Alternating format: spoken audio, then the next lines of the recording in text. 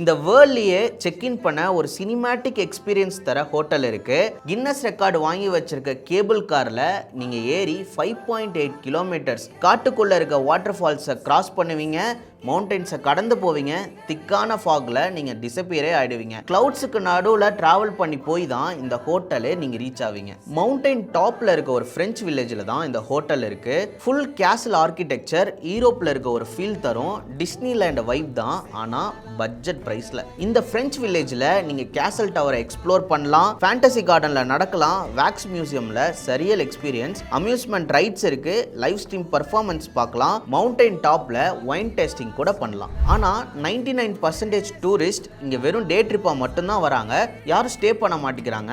ஆக்சுவலா இது ரொம்ப அஃபோர்டபுள். நீங்க டனாங்ல 3 நைட்ஸ் ஆர்டினரி ஹோட்டல்ல ஸ்டே பண்ணுங்க. இந்த ஒரு நைட் மட்டும் இந்த கேசல்ல ஸ்டே பண்ணி பாருங்க. உங்க பட்ஜெட் ட்ரிப் ஒரு நைட்ல ஆர்டினரியா இருந்தது எக்ஸ்ட்ராடினரியா மாறிடும். இங்க ஸ்டே பண்றதுனால உங்களுக்கு என்ன பெனிஃபிட்ஸ் கிடைக்குதுன்னா, மார்னிங் கிரவுட் வரதுக்கு முன்னாடியே நீங்க இந்த கோல்டன் பிரிட்ஜ்ல பியூட்டிஃபுல்லா போட்டோ எடுத்துக்கலாம். கேபிள் கார்ல அன்லிமிட்டெட் ரைட்ஸ் நீங்க எவ்வளவு டைம் வேணாலும் யூஸ் பண்ணிக்கலாம். கம்ப்ளீட்டா ஃப்ரீ தான். ஈவினிங் மேல பப்ளிக் கிரவுட் எல்லாம் போயிடுவாங்க. பிரெஞ்சு வில்லேஜ் ஆல்மோஸ்ட் பிரைவேட் ஆயிடும். ஷோஸ், ஆக்டிவிட்டி, லைட்ஸ்னு நீங்க மட்டும் என்ஜாய் பண்ணலாம். நான் சொன்ன ஹோட்டல் மெர்க்யூர் டனாங் பிரெஞ்சு வில்லேஜ் பானா ஹில்ஸ். அடுத்த உங்க வியட்நாம் ட்ரிப்ல இந்த 1 நைட் மிஸ் பண்ணாம ஆட் பண்ணுங்க. டனாங்கன் கமெண்ட் பண்ணுங்க. 4 நைட் 5 டேஸ் ஐட்னரி நான் ஷேர் பண்றேன்.